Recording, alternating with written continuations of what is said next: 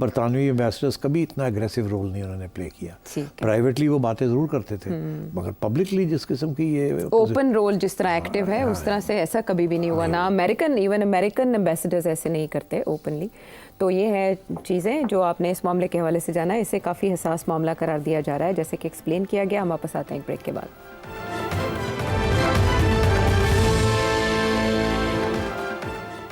Welcome back to the show. Pakistan में हर थोड़े अरसे के बाद कहा जाता है beginning of an end game. अब एक एंड गेम को लेकर रज़ीउद्दीन साहब नेदरलैंड से सेठी साहब से क्या जानना चाह रहे हैं?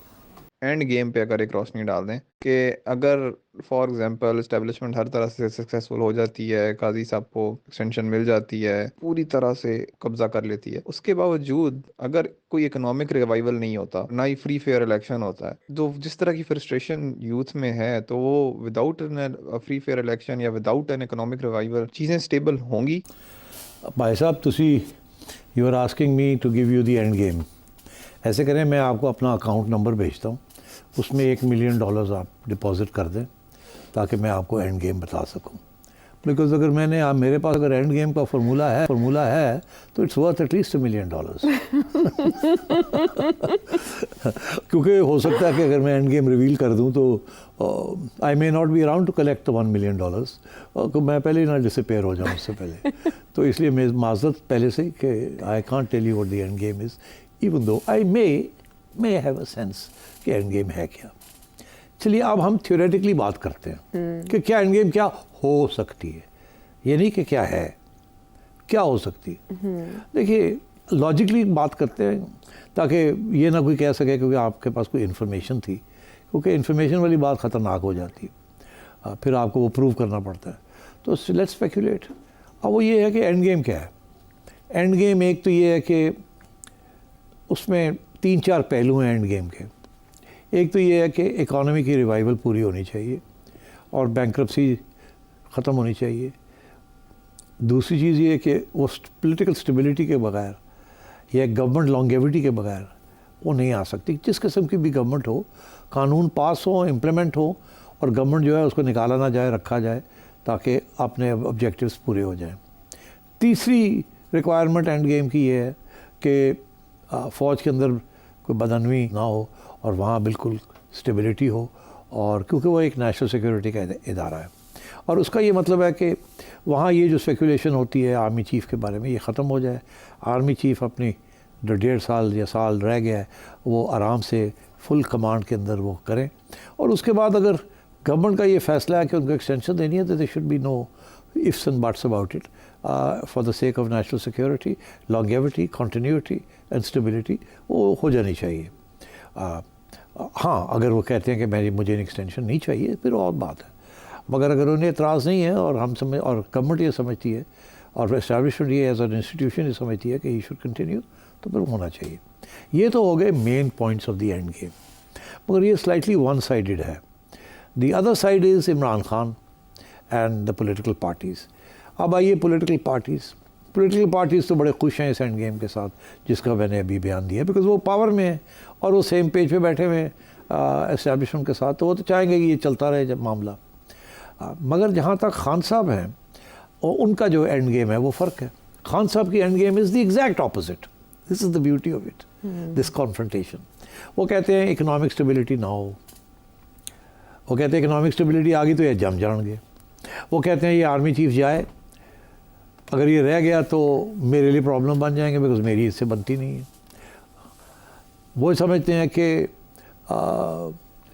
इलेक्शन हो, इलेक्शन का मतलब है अफरा तफरी, इलेक्शन का मतलब है फिर में जोड़ तोड़, इलेक्शन का मतलब ये है कि शायद फ्री एंड फेयर इलेक्शन हो सकती है, ये नहीं हो सकती, होती है तो खान साहब आ जाते हैं, नहीं होती तो फिर वही सिचुएशन हो जाती है जो अब है, तो उसका फ़ायदा क्या हुआ। इन बिटवीन डिस्टेबलाइजेशन हो जाएगी, IMF भाग जाएगी, फलाना नहीं आएगा, रुपया फिर गिरना शुरू हो जाएगा, डॉलर बढ़ना शुरू हो जाएगा, बैंकरप्सी फिर आ जाएगी।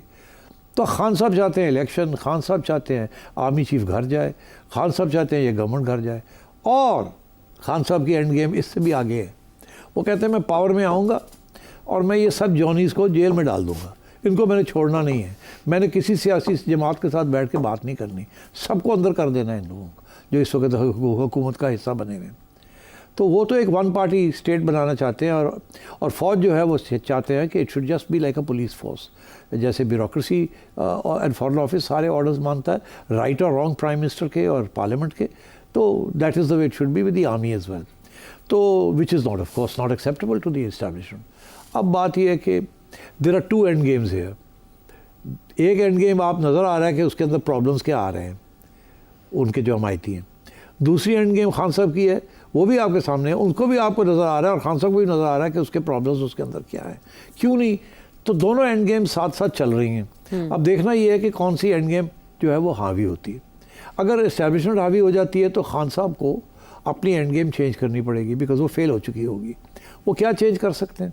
वो यही चेंज कर सकते हैं कि एक ऐसी स्टेज आए कि वो बैठ के बाकी सियासतदानों के साथ एक नया चार्टर ऑफ डेमोक्रेसी के ऊपर दस्तखत करें, कोई कॉन्स्टिट्यूशनल अमेंडमेंट मिल के कुछ करें जिसके साथ अगर खान साहब कल को इलेक्शन के बाद पावर में आते हैं तो वो आइन को ना चेंज कर सके, ना ही लोगों को जेलों में डाल सके जिस तरीके के साथ वो पहले डालते रहे, और सबको इम्यूनिटी मिल जाए ताकि एक डेमोक्रेटिक सिस्टम आगे चले, वो एक फाशिस्ट हुकूमत ना बना सके। तो ये is the only and game that joins the two strands together. एक के लिए रास्ता खुलता है, दूसरे के लिए रास्ता पीछे हटते हैं और रास्ता खोल देते हैं, ताकि सब इंश्योर हो जाए और स्टेबिलिटी भी रहे और आगे एक डेमोक्रेटिक रूट भी नज़र आ जाए जिसके अंदर फाशिज्म ना हो, एक मॉडरेट सेंटर ऑफ लेफ्ट और या सेंटर राइट गवर्नमेंट हो, और जिसके अंदर वो गवर्नमेंट अपना काम करे और उसके बाद फिर इलेक्शन हो तो एक सिलसिला शुरू हो जाए। खान साहब is not ready for that. मैं समझता हूँ कि वो एक स्टेज आएगी where Khan Sahab may get ready for it when he finds that his strategy has failed completely. अलबत्ता अगर उससे पहले कोई ऐसी चीज़ होती है जिसके साथ खान साहब की स्ट्रेटजी कामयाब हो जाती है, हाँ, और अफरा तफरी फैल जाती है और कुछ ना कुछ क्राइसिस हो जाती है, तो देन ऑफ कोर्स एक नई एंड गेम शुरू हो सकती है। और मैं उधर जाना नहीं चाहता बिकॉज वो एंड गेम जो है उसके जो वो कहते हैं ना घोड़े के जो लगाम होते हैं वो फिर इस्टेब्लिशमेंट के हाथ में होंगे। एंड फ्रैंकली जब भी इस्टेब्लिशमेंट ने 100% लगाम अपने हाथ में ले लिए हैं तो वो रह तो जाते हैं मार्केट मतलब रिप्रेशन के ज़रिए, मगर फिर आखिर में नतायज अच्छे नहीं निकलते। सो मैं समझता हूँ कि that is that is an option of an end game that we should not consider. उससे पहले अगर कोई एंड गेम बनती है वे Khan sahab gets a way in, establishment and government get a way out, and Pakistani people, Awam, constitution, everything finds a way forward, including the political parties. That might be the best end game. अभी उसकी तरफ कोई नहीं बढ़ रहा, मगर हो सकता है in time to come that may come about.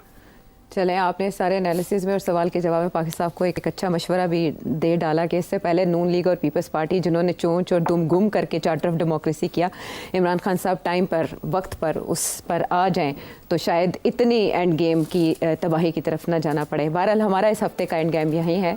आपसे मुलाकात होगी अगले हफ्ते, तब तक के लिए अल्लाह ने के पान।